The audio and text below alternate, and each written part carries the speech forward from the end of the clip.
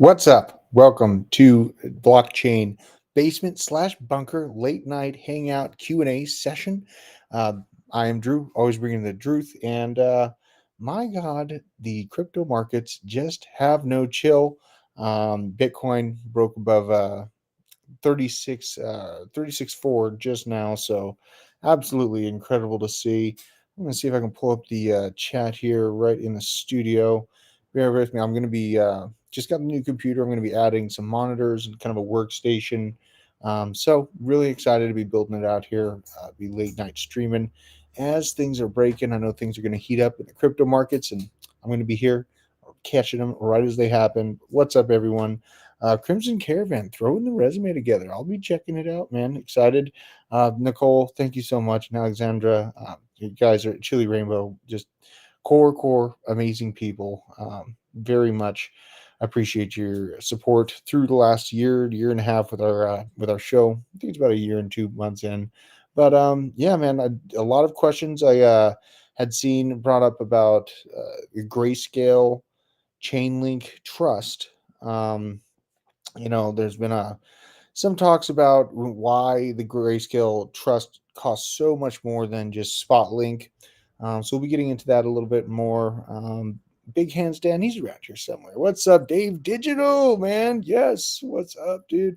So yeah, great to see you guys. Bear with me on the. I'll be switching over to different screens kind of slowly here. I'm going to be kind of flopping back and forth, but I'll share this. We're going to go into coin market cap here.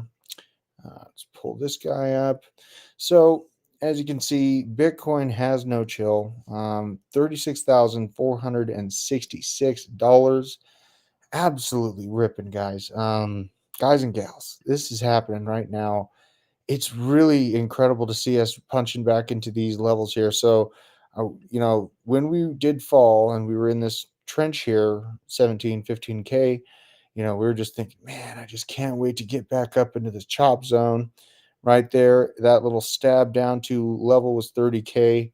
We are smack dab right in the middle of the juicy order blocks here between 35K to 40K. I am under the inclination we will stay in that kind of range for a little bit of time. It's not crazy for me to think that we range and kind of peter out here because the last few weeks of price action have been absolutely crazy. So, expecting a little bit of a pullback, I think, is reasonable. Let me pull this down. Where'd you guys go? Find you. Here we go. There you guys are. I can't wait till I get multiple screens in here, but that thing's going nuts. Let's see here. Yes, I've seen some people have been mining Caspa since Nick talked about it all that time ago. Super happy to see that you guys use the information Nick was dropping about how you can mine it and take action, right? I'm on the spot side. I only like mine pi. I'm not a huge miner. I don't act like some kind of mining genius. But I really trust what Nick looks for out of projects when he mines. Just looking for that network effect, that virality that I feel like projects need to have. So yes, there is a lot of stuff going on across across the way here in the government. Gary Gensler is going to be on the top of many people's list to talk about tomorrow. Came out just with some comments about how crypto, has more than one fraudster. He's trying to paint a larger, more nefarious picture of the crypto market as a whole.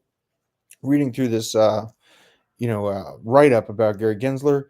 The comments come 1 week after the FTX Sam Bankman-Fried trial came to an end. He's found guilty, obviously, on all counts for defrauding investors, and the SEC sued Bankman-Fried late last year. And the thing about late last year, guys, such a nice little word that they say is late last year, and it has since been brought up for his charges, right? So let's think about this for a second. Gary Gensler met with Sam Bankman-Fried very early on after FTX really found its up and coming, and really. it is so aggravating to hear that the SEC gave Sam Bankman-Fried a no action relief when really, the company came up way, way too fast. And there had to have been questions about how they gathered so much momentum so quickly. Um, it is very, very unfortunate. So here's the write up. I'll go back to this website here. View tab. I'll go here. Oh, there. That makes it easy. So yeah, crypto has more than one fraudster. I forgot to share the screen, but this is just what they're saying here, guys. Just we sued Bankman-Fried just a little bit late. No, you gave him a no action relief while he was defrauding the largest scheme in our country's history, and really, arguably, it's one of the world's largest frauds that's happened. So seeing that kind of just, oh, sorry, our bad, very, very, very aggravating. Um, and yes, C90 FTW, the difficulty to mine Caspa is off the charts right now. And the miner that we were showing that we got in the office a few months ago, multiple months ago, it was not cheap. It was a big endeavor. So, watching Caspa's effect right now, like, if we're talking to Nick, he's probably going to be looking for something that has a little bit more upside, a little bit easier hash rate, something that you can mine more of. But let's see here. What do we got here? Jay, let's see. I want to go through you guys' questions. Discord handle. Let's see. How Coors Lightyear. That's being handled in courts, actually. So that's one I wish, when this dust settles, I can't wait to just, let it all hang. Let it all hang, man. You guys, there's so much going on with that. I can't even get into that. Can I? Yes, I know. I'm trying to chill. I'm sitting on my couch here, going through all the news. Yes, but you are correct. I have a desk, all kinds of things. Coming. Caspa's price prediction. Oh God, that is a very, very tough thing to do.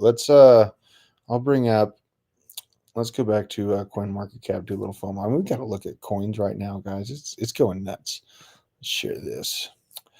All right, so let's go to Caspa. Again, me and DZ were like, oh man, I mean, we didn't want to get in on just a massive green wick. I was trying to look for somewhere around the 4 cent, 3 cent mark, which is reasonable. I mean, this thing's in price discovery, guys. Let's think in terms of market cap and just circulating supply. So we got 21 billion tokens, 21.5 billion tokens, which is 74% of the supply is circulating right now. It does have a cap supply. That's great. Market cap at 2 billion right now. We're keeping in context, kind of honestly a very boring time in crypto. So to achieve a near $2 billion market cap on a proof of work coin, when all the talk and hotness has been about proof of stake tokens, the value of proof of work has not even been realized because we don't have the admittance of oil and gas relying on proof of work systems to capture that. We don't have all of the other things that are going to be coming from mining yet as the mainstream talking points. I mean, conservatively could see this thing grab the 20-30 billion dollar market cap in the next cycle. I think that from where it's at right now, I still think, I mean, if you're at $2 billion, I think 10x, very, very, very tangible, very conservative estimate. Yeah, man, like I would say 10, 15x is what I would be looking for out of Caspa. But again, it's on time horizons. We got to be, I'm kind of selfish when it comes to, what I call DCAing. Really, I hammer into different things when I see good and opportunities or low entry points. This thing's, after having this price discovery, while Solana and Chainlink and all these kind of, higher sought after crypto projects are kind of front running the rest of altcoins, that's a pretty dang good signal that CASP has got some room to grow. Yeah, I wish it was in a few $1 million market cap. Yeah, we could. I mean, I'm glad that we've been talking about it since these awesome lows. So thank God we are at least covering it. I was just insulated to Bitcoin at the time. Then the Caspa ripped up. It was on my top to grab when it was in this range, but I still saw that it was higher than when I was originally watching it, and I saw a better entry point for me personally on Link at the time because my Link buy was right around this area. So that's kind of where I ended up with it, but I'm really glad that we covered it at the very least because I think it's absolutely been ripping. Let's see, it always disappears, you guys, when I stop the sharing here. Um, Need to get another monitor badly. I bet you that didn't even show the screen either. Oh, well, at least I kind of explained it, but I know, no, this is not a live stream with a brew. That might come. Did you use Sex or Dex to jump in your latest coins? Arbitrum Link. I just use Coinbase to get them. Pretty simple. Like when I see things that are off chain or not off chain, but just on Dex only, I like to use Uniswap. Use Uniswap when I'm needing to, but honestly, like you know, Coinbase is easy enough for me. I'll go to the moon. It's waking up. Good on you. Algo, it's got inflationary issues, but it's not going to stop it from performing. So, I don't think, and like, this 10x from this level we're at is truthfully pretty conservative for a lot of different crypto projects, as long as they keep the lights on. These, uh, this Bitcoin spot ETF thing, it seems like it's happening. Really with the exciting news that I'm sure going to be diving into tomorrow is heavily based around Tom Emmer in Congress calling out Gary Gensler on his failures. Basically, it's pretty amazing to see it unravel. Tom Emmer is pretty upset with how the SEC has handled their organization of what should be deemed security or not, and Congress is really the kind of the real bread and butter when it comes to saying who is able to enforce what. They're the ones with the law. So, and then we have Gary Gensler coming out while he's under fire from Congress, saying that the crypto exchange FTX should reboot once they know the rules, right? We got this title here. Wish you would just share it automatically, but this is what we got here. Justin SEC Chair Gensler said that he's confident that they can reboot and do really well. That's really nice that you want to continue shilling them, but pretty unfortunate. Mina waking the heck up.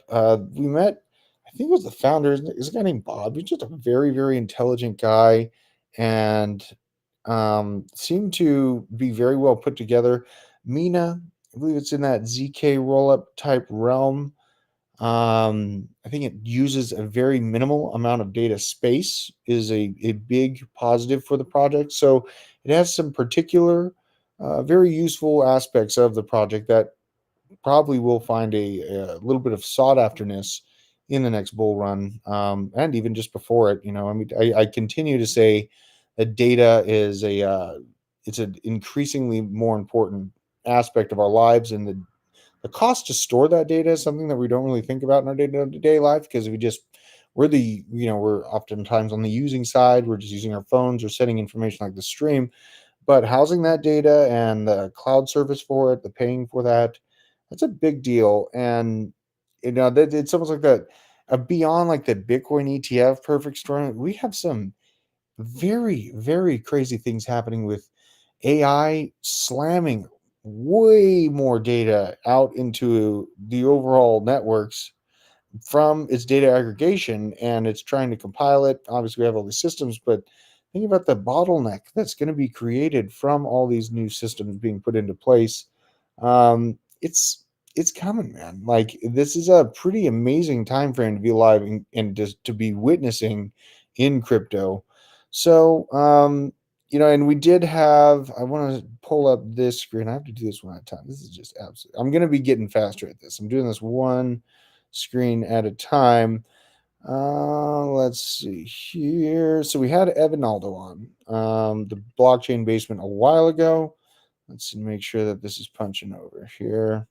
But Evan Aldo, he's a very intelligent trader. Really respect his work, and what he was saying, is that he did expect. He hard-sidedly said that he expected some downside when we were at 31K, which I very much respected because it drives me crazy when TA people say sometimes up, sometimes maybe down. Nothing drives me crazier than that. Evan, one of the real ones, giving us our hard-sided info at the time when we are at 31K. So I want to preface that when we're looking at him for what he thinks, because I like following in the advice of people that have a history of being correct, not just are good at foaming at the mouth and screaming at cameras. So Evan came out and this is pretty telling. He's like, we've literally waited 2 years for the time to buy altcoins, and the time is right now. It's here, guys. I feel the same way. I felt like that last pulse that we had within the chain link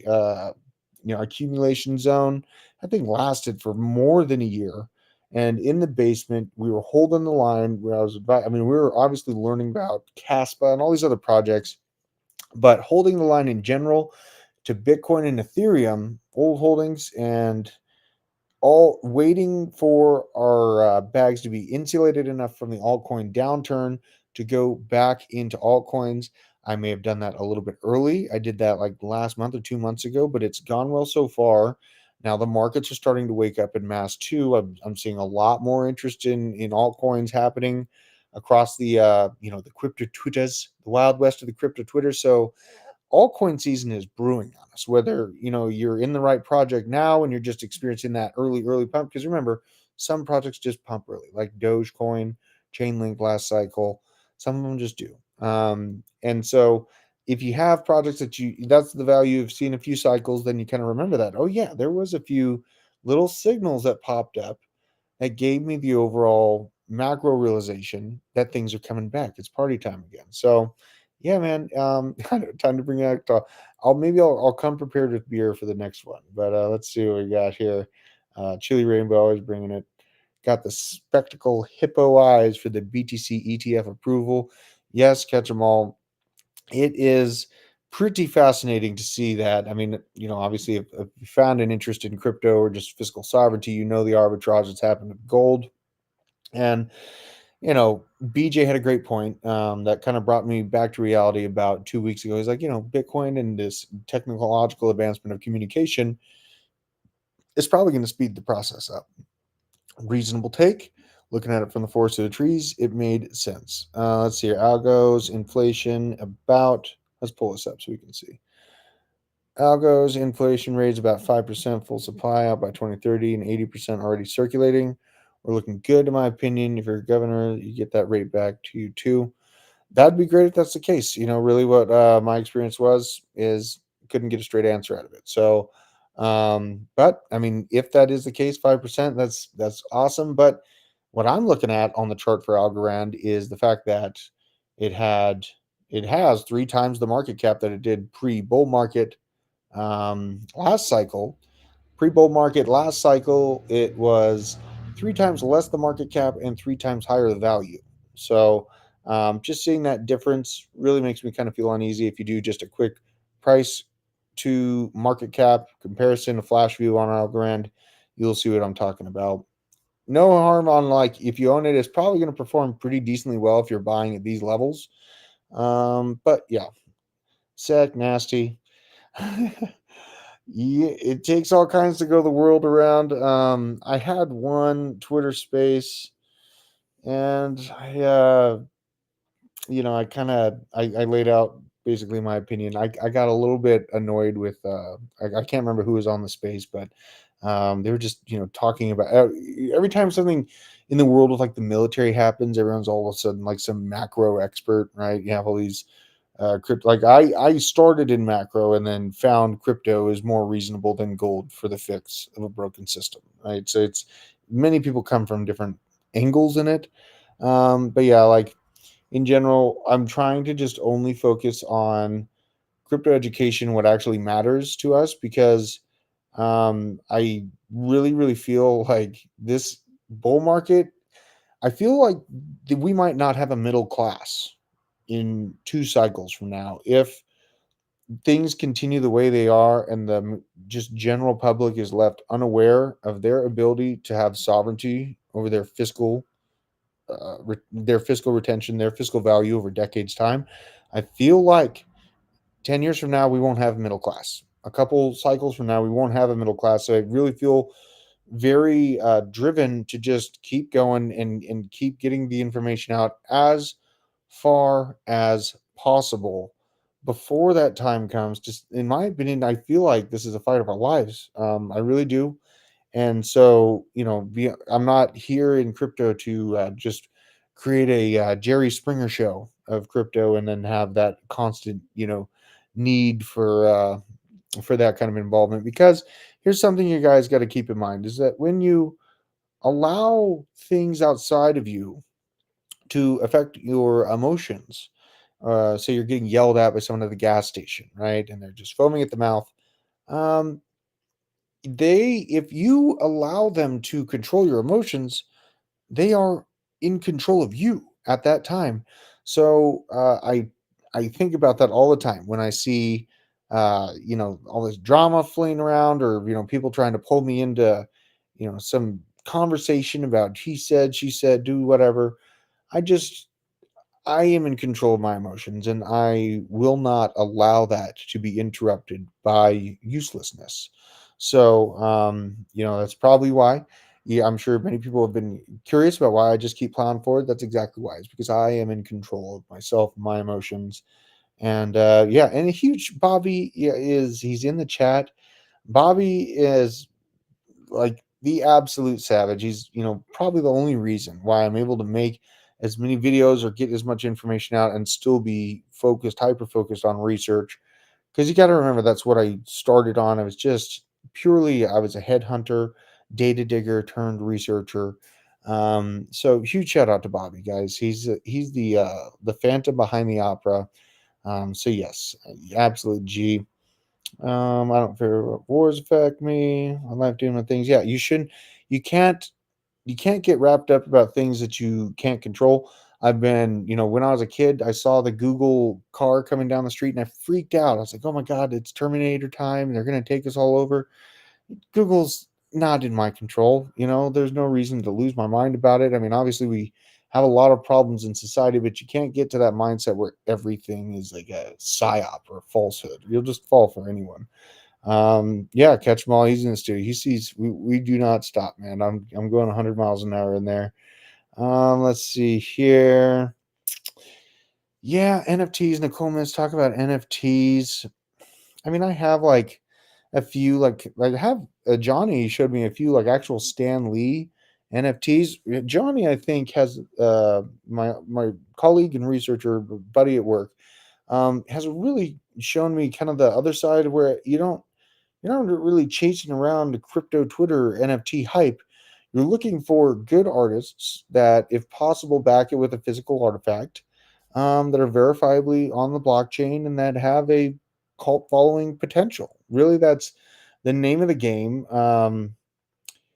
And, another thing about NFTs that I think about often, we see, I mean, so many people are just sure that they're dead. They're just going to change. I don't think that NFTs are dead. I think that they're just going to change drastically what they are going to turn into. We've seen some I showed today, Chainlink highlighting NFTs for tokenized real estate, which is a tangible possibility and actually something that the real estate market acted very, very aggressive to. If you might remember, in the last bull market, the real estate what do you call them? The real estate agencies, the consortium. I have some friends that work high end real estate, and they were going to conferences discussing how they were going to outpace the incoming joblessness that NFTs would create within the real estate market. So it is a threat to that market. And I also saw AI a few years ago. I think it's been years, 3 or 4 years ago, but I considered AI as basically coming to the point where it's going to do away with HR type jobs, admin type jobs at a point. I mean, if it can be automated, it's going to be automated to a degree. So I just saw those things coming. Kind of felt like getting out of those, getting out of the HR stuff, sharpening my tools, pulling the hard irons out. I went and did some guard duty, some armed guard duty on the power grids And believe it or not, during flu season, auxiliary for police departments in the parking garages and downtown city centers. And then, of course, when the mostly peaceful get-togethers would occur, it was very lucrative to protect those buildings. So, um, yeah, and oh, you guys talking about okay trucks. So I'm a Toyota Maxi. You all know this, but I got a Honda Pilot. I like the Honda Pilot. It's nice. It's got 3 rows of seats. It doesn't really necessarily look like some because I here's nothing. I don't want to act like some hardcore dude because I want people to underestimate me. That is I don't necessarily want like a SWAT vehicle or something that like that's the target. That thing is full. I don't want them to think that when they see my vehicle. Like I actually really enjoy driving around my minivan. It's got heated seats, it's got plenty of room for large bags of goods, it's got a hanger for my vest. It's got all the spots for everything that I have with me, but it's in a minivan. No one's thinking of that. They're like, oh, this guy, whatever. I want to stay in that realm when I'm going day to day out in public. Kind of not having that target on my back. And, if someone comes in to a gas station and they're meaning to do harm and they see that you are ready to do harm back before they initiate it, then, hopefully they would just walk away. A lot of times they take advantage of that and just basically, take your six and you're done. So just keep that in mind. I know it's important to be prepared and it's important to have those hard iron goods on you and ready to go. But at the same time, you don't want to sit there acting like a peacock. As I heard the great saying, uh, what is it? Pigs get fattened, hogs get slaughtered. Right? That's the old saying that I've heard down here in the South. And very accurate. So, yeah, man. Honda Pilot's nice. I just can't get over the shape. Minivans. I understand. Listen, I'm not trying to be the coolest guy in the world. Something that I think for the bull market, I think I will be outfitting a Toyota Sequoia with some armor though. I think that would be like the dream truck, or like maybe even a new Sienna with armor. That might be the sleeper. That might be the sleeper. Imagine how thick you could make those door panels in a minivan. That kind of makes me a little randy thinking on it. Live in your 2006 Econoline. I have seen some of those. Those things are sick. When I was touring, there's a bunch of bands. My tour bus was a horrible little tin bucket. I mean, I mounted a PlayStation on the wall, like punched through the outside of it, and then like put silicone. Absolutely terrible rigging job. We lived in a tin can when I was on the road playing heavy metal music, and the bands that we were touring with, they were really big bands, so they would have absolutely just sick interiors, multiple TVs and bunk beds and all this stuff. So I've seen those Econolines. Those can get absolutely decked out. So, I mean, that's always been on my mind. Sequoias, yes, the Sequoias are awesome. You drive a Tundra, that's a good one too. I almost bought a Tundra when I came out here. Um, I wanted to get the TRD red and black. Then found out the house I bought was not grounded and needed to be completely gutted and remodeled. So the Lord had different plans for me, it seems like. But, oh my gosh, are we going above 37K? Stop it.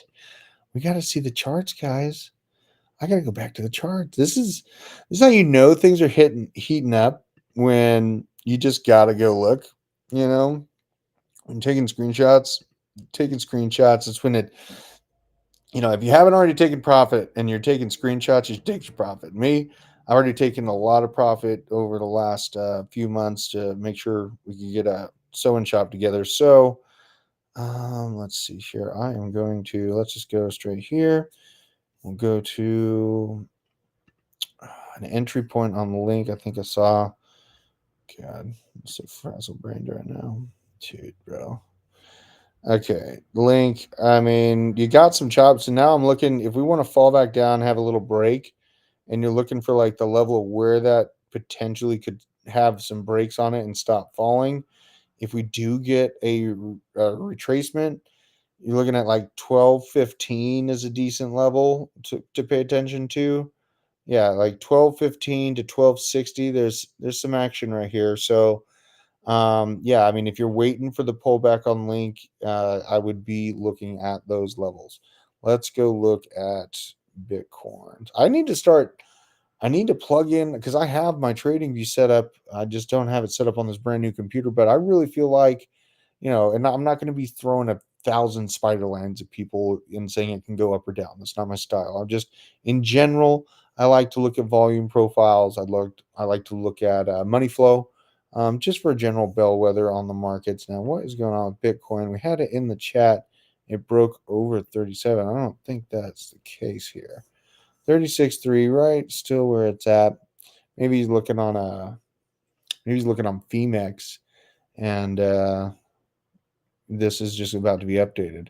I'm not going to be surprised by it if it does hit 37 tonight, guys. I'm not surprised by it at all. I mean, this is the nasty time. I day traded when it was like definite crab market.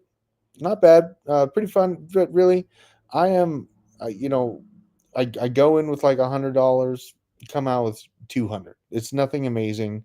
I don't leave $100 on 100x leverage and just drive it to the moon or think that I can do that. No, I'm more about trading long-term spot positions, month-to-month trading. I don't try to out trade algorithmic robots. Not capable of doing that. I don't act like I'm going to do that.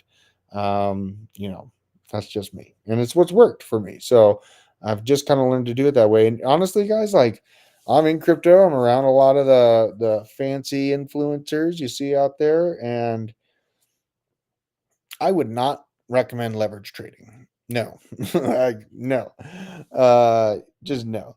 Like there's so many losses that are not talked about within leverage trading. So just keep that in mind, right? And honestly, like what we've seen over the past few months, you just have to time it out, right? You just have to see money flow coming back to the juicy levels that you needed it to be. Look for trigger waves, look for volume profiles, make sure the narrative is overall there. Um, it takes a lot. I mean, I know a lot of people just operate just off charts. I think that there's a lot to be said for macro markets in general. And don't be afraid to try and don't be. One of my most profitable things in my life has been timing out the Federal Reserve funding rate. It sounds super boring, makes no sense, but it's absolutely crushed it. It absolutely changed my life. On top of crypto, so don't be afraid to look at that. Casper veteran crypto, I think, has been bringing Casper up to me a lot. Casper, I can tell they have great marketing. They're really, really working hard on marketing. They have good tech. Seem to have a good community. Casper, God, I know, veteran. He's got the look at this. So this is the ISO crew, man. You have XRP, XLM.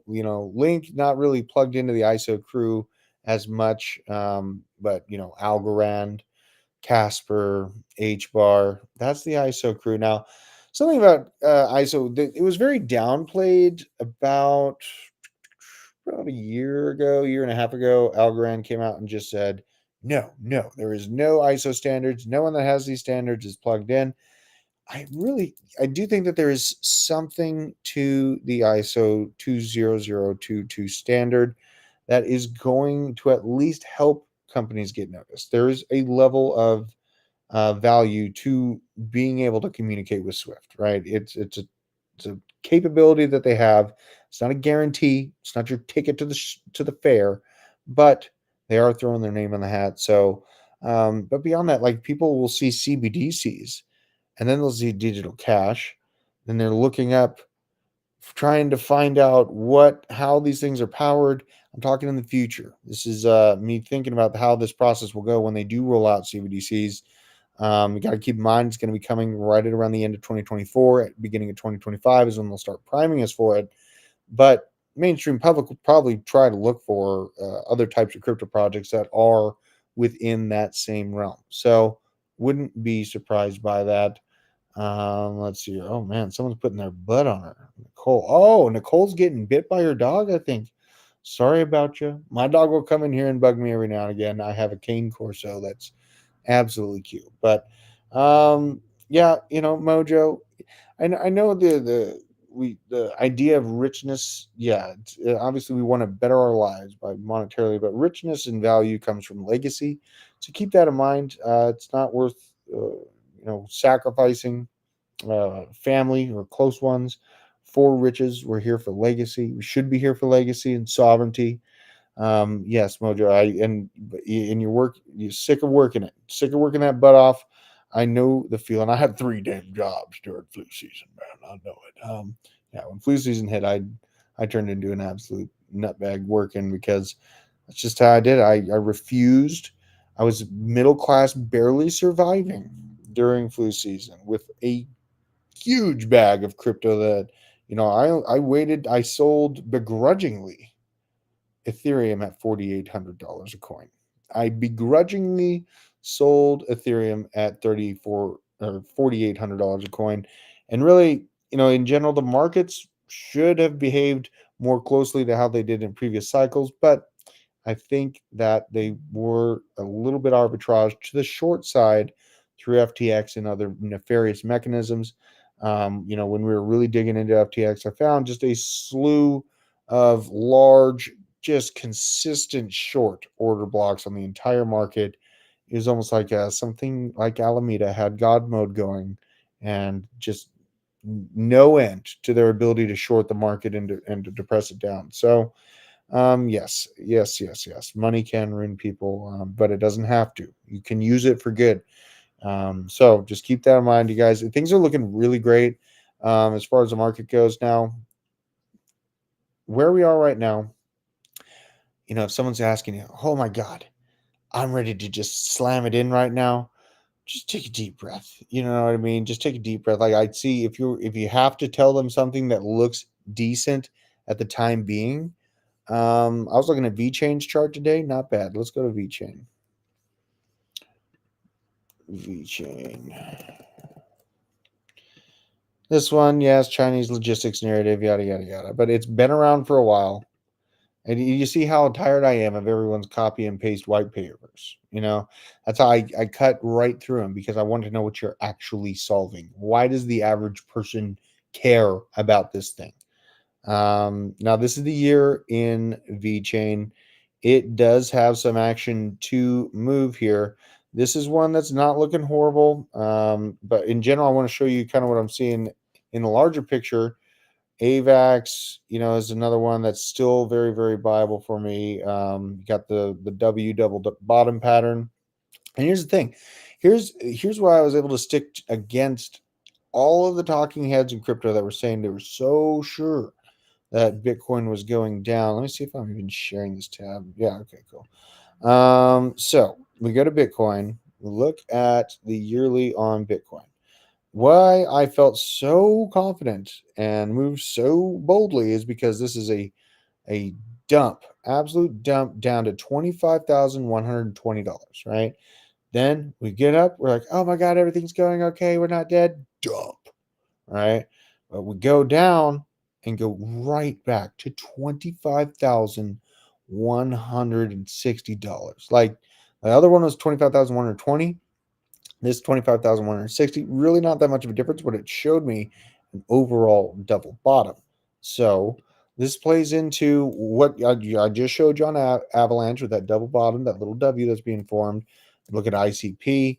ICP, interesting narrative. Like some people just hate ICP. I don't get it. Like it's kind of foolish to just. How can you hate a crypto project unless it's like actually doing something nefarious, right? They're just trying to do something big. I won't even get into that conversation. Let's be a little bit more less divisive in crypto. That'd be nice.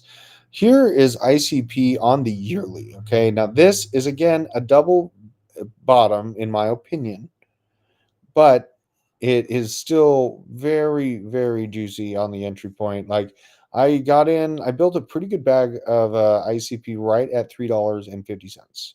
So, but earlier in the year, I felt like we had a long time more of chop. So I was trading back here in this range, get the low, sell the high, better. We took a vacation, things went great. And even though it was just a double up, in my opinion, it was worth it. I didn't want to touch my old bags. I wanted to make a vacation happen and flex the fact that I knew that we were in crab zone. So yeah, in Mojo, I did hold ADA in the same regard. At that same time frame I just showed you on ICP, got out about 40 cents for from Cardano. And let's look at Cardano. God, I mean, this is another one. There's so many. I don't think Cardano is a bad project at all. I spent some time hanging out with Charles Hoskinson. So it's been like freaking like 6 or 8 hours with the guy out in Houston, Texas, or Austin, Texas, at Consensus. Very intelligent guy, very based. Uh, and he is from my hometown. So, well, he's in my hometown. So here's Ada, and yeah, we were talking like it had kind of a wider double bottom spot where it had this 24 drop, and then this was super painful. This is why we have so much discouragement in the project right now on crypto Twitters, because so many people held through this process, and I don't blame them. It's a great project. So I mean, that's just kind of what we do. That's you ain't get lucky if you ain't at the fair, and nothing good comes easy, right? So ADA holders absolutely being savages now. ADA, it still looks pretty damn good on the overall, guys. I still feel like ADA is a good one. I won't be buying it. If it continues past 40 cents into 50 cents, like I'm not going to be super aggressively buying it. I'll be more interested in things on its ecosystem like milk. Probably give myself a bag of Snick just because I love the energy, the idea that they have an energy drink. But yeah, there's a lot more to Cardano than just the ADA token. I think Lenfi, Milk, and then Snake are, juicy ones for me to look at within that ecosystem. And I do think it's going to be utilized. And yeah, ADA, still, definitely could have a 10x from here. Yeah, thumbnail. I Oh my gosh. Yeah, I did. I left it up to the Q&A. I mean, hang on a success. Seems a little tethered together there. And this is another thing. We showed some meme coins today. We like Dex token is a reasonable meme coin, right? I mean, it's got a long price history. It's not doing V2 rugs or anything like that. So showing Dex token, and there's like another one I keep getting tagged in Dork. I think Dork is all based around like making fun of Andrew Tate's head.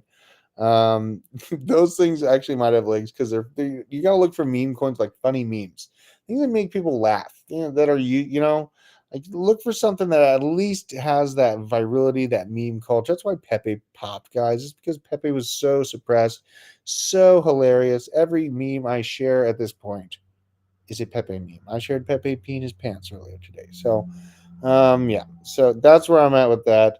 God. Yeah, guys. And I think that, if we're looking back year, 2 years from now, there's gonna be a lot more I can say on a lot of these questions I've seen come in. But time has to tell the tale, and got to do things the right way. So, that's just what I'm trying to do. Just trying to bring in the truth. I want my legacy to be the Abraham Lincoln of crypto. I cannot tell a lie. So that's what we're going here for. And you guys, absolutely fantastic in the chat. I see you guys sharing our links all over the place. It really, really, really means the world to me. And TJ and everyone at Hit Network to see the growth of this channel to this bear market, the extra bear market that we've experienced here. So just absolute humbled. I feel very humbled by you guys, and very appreciative of you. So thank you guys for joining me. I'm kind of ranting now. We made 45 minutes, and I'm gonna get spare. I'm gonna get another setup of screens so I can have multiple stuff, and then I'll actually be able to do my trading view kind of targets and specific levels that I'm watching, because I think it's about time. I'm always been just cursory about it, but we need to get serious about looking for the right entry points because this train's getting ready to leave the harbor. So I appreciate you guys so very much. Ryan Schwartz, I might be Amish, maybe. Am I Amish? Family's from Luxembourg, heavily Spanish. Who knows? Who knows? I'm a mutt. I'm a mutt. I'm a mix of all things. So appreciate you guys. I will see you tomorrow morning. I'm going to be having an early live stream tomorrow at 1 p.m. Heading out a little bit earlier. And I'll see you then. Again, you guys are the best. And I'll see you at the